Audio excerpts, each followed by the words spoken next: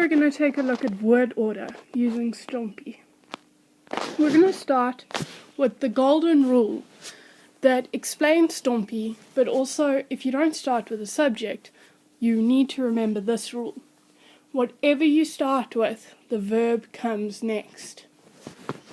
So let's discuss the Stompie rule. Okay, so S is for subject, okay, and that describes who or what is doing the action. Then we have verb 1, which is just basically the first action word in the sentence. Then we have T for time, which describes when this action happens. Then we have O for object, which describes who or what the action is happening to.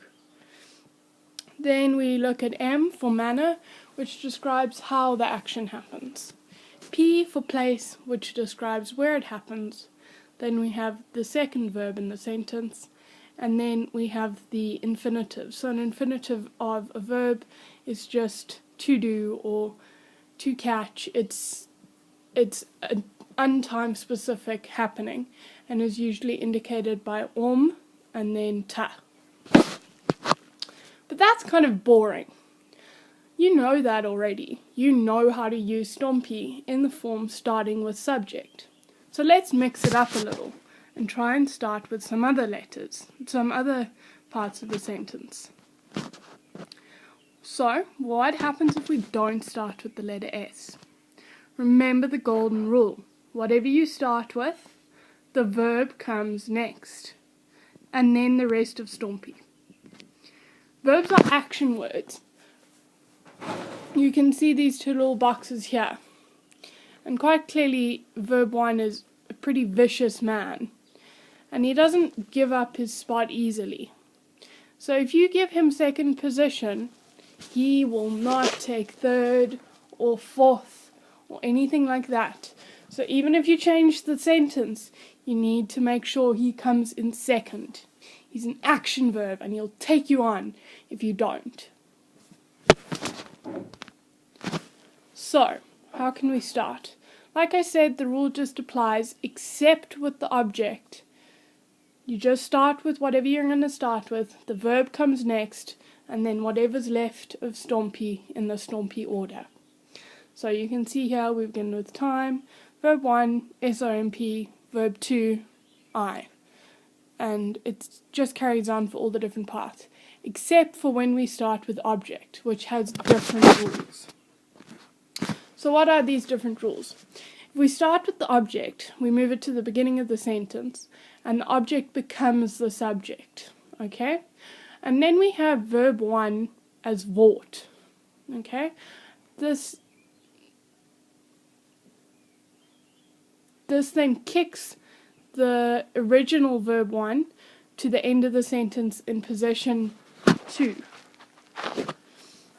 Okay? And then the subject becomes the object and starts with the word deur. So the action is being done by whoever, alright? Because we're starting with the object, which became the subject, and then we need to have the subject that's now become the object to describe who's doing the action. Okay? Then that verb 1 that got moved to the end of the sentence becomes the verb 2. But that doesn't really make a whole lot of sense by itself. So we'll do an example of that just now. But before we do, I want to show you a couple of other examples. So, let's start with this sentence. Ek doen elke aand my huiswerk vinnig by die huis. And you can see that it's in the correct order of Stompie. And I've indicated here what the order of Stompie is. If we start it with the time word, elke aand, then we put the verb next, elke aand doen, and then the rest of the sentence in order. Ek my huiswerk vinnig by die huis. And that gives us elke aand doen ek my huiswerk vinnig by die huis. Can you hear that it sounds wrong if we say elke aand ek doen my huiswerk vinnig by die huis? Doesn't totally sound like something an Afrikaans person would say.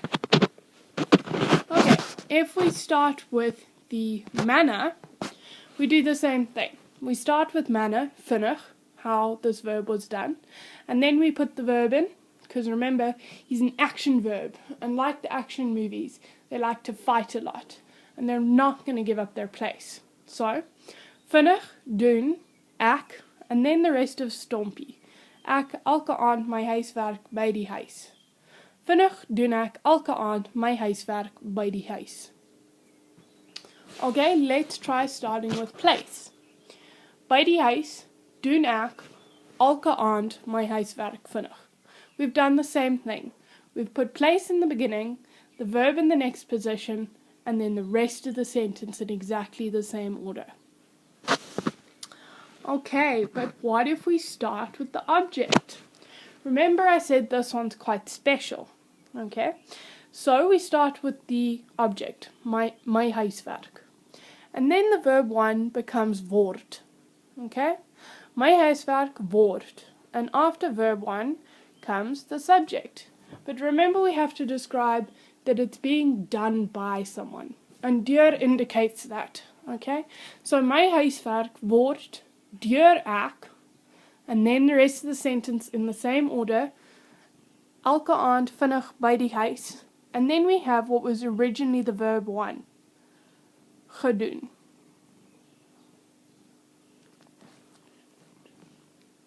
What you'll notice here is that that verb that was originally the first verb changes to past tense.